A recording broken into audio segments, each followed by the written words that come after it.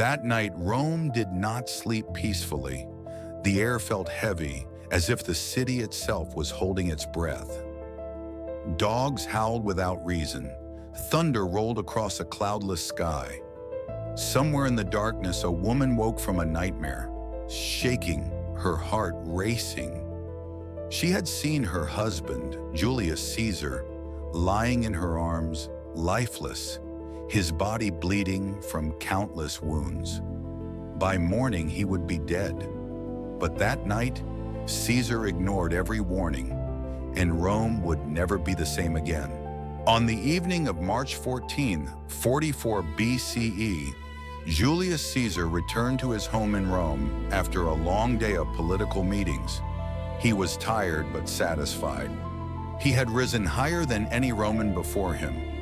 Victor of civil wars, master of the Senate, declared dictator perpetuo, dictator for life. To many, Caesar was a hero. To others, he was something far more dangerous, a king in all but name. As the torches flickered in the streets outside, Caesar's household settled into uneasy silence. Inside the marble walls of his home, however, something was wrong. Calpurnia, Caesar's wife, could not sleep. Sometime after midnight, Calpurnia jolted awake in terror.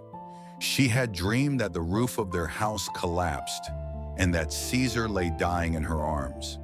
In another version of the dream, she saw statues of her husband spouting blood like fountains, while smiling Romans bathed their hands in it. She cried out his name. When Caesar rushed to her side, she was trembling. In Roman culture, dreams were not dismissed lightly. They were messages from the gods, warnings, omens, sometimes prophecies. Calpurnia begged her husband not to go to the Senate the next day. "Something terrible will happen," she said. "Please, stay home." For a moment, Caesar hesitated. Calpurnia's dream was not the only warning. Across Rome, strange signs had been reported for days. A soothsayer had famously stopped Caesar in the street and said, "Beware the Ides of March." Sacrificial animals were found without hearts. Birds of prey appeared in unnatural places. Lightning struck sacred buildings. To a superstitious Roman, this was a storm of bad fortune. And yet Caesar, brilliant general, master politician, had grown dismissive of fear. Power had changed him. Caesar believed that fate favored him. He had survived countless battles, assassination attempts, and political betrayals. He had crossed the Rubicon and lived. He had defeated Pompey and ruled alone. What was another warning? According to Roman writers, Caesar reportedly said, "Cowards die many times before their deaths. The valiant never taste of death but once." To him, staying home would look weak, and weakness was dangerous.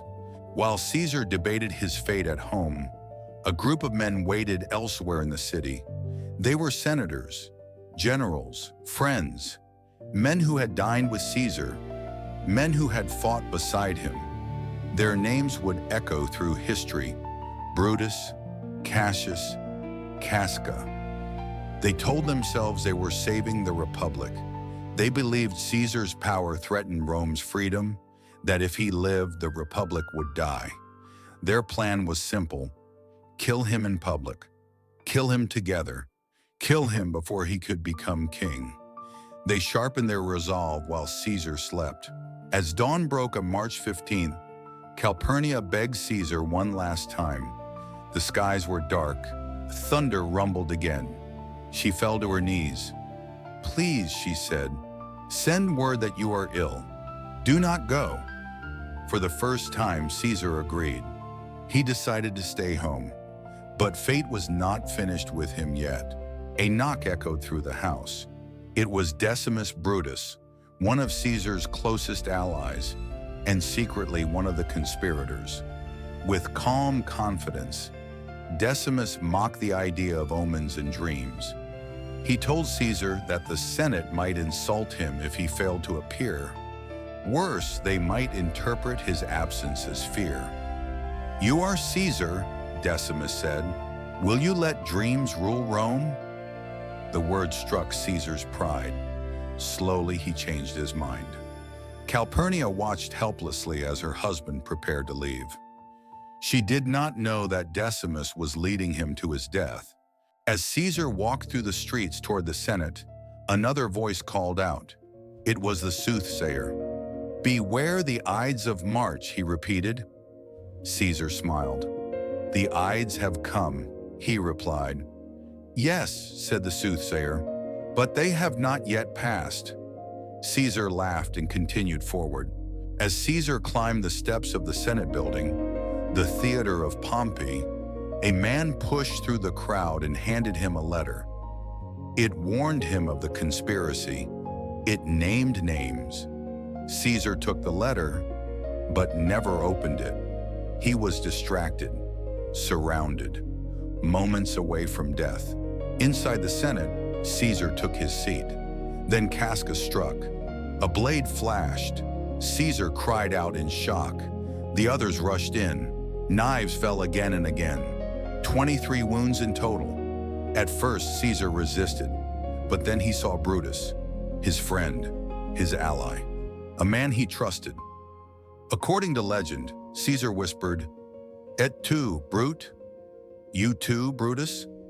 In that moment, he stopped fighting.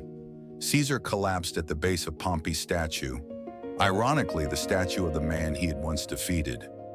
Rome's most powerful man was dead. The conspirators expected applause. They received silence. Blood stained the Senate floor. Rome stood frozen, uncertain whether to celebrate or fear what came next. They had killed a man, but they had unleashed chaos. That night, when Caesar ignored the warnings, was not just the end of a man. It was the end of the Roman Republic. Civil wars followed, dictators rose, an empire was born. Caesar's adopted heir, Octavian, later Augustus, would rule as Rome's first emperor. The republic Caesar supposedly threatened died because of his death. History remembers Julius Caesar as a genius, a conqueror, a legend. But it also remembers the night he ignored the warnings, the dreams, the omens, the voices that tried to save him. Perhaps fate is not a single moment, but a series of choices. And sometimes the most dangerous thing a powerful man can do is believe he is untouchable.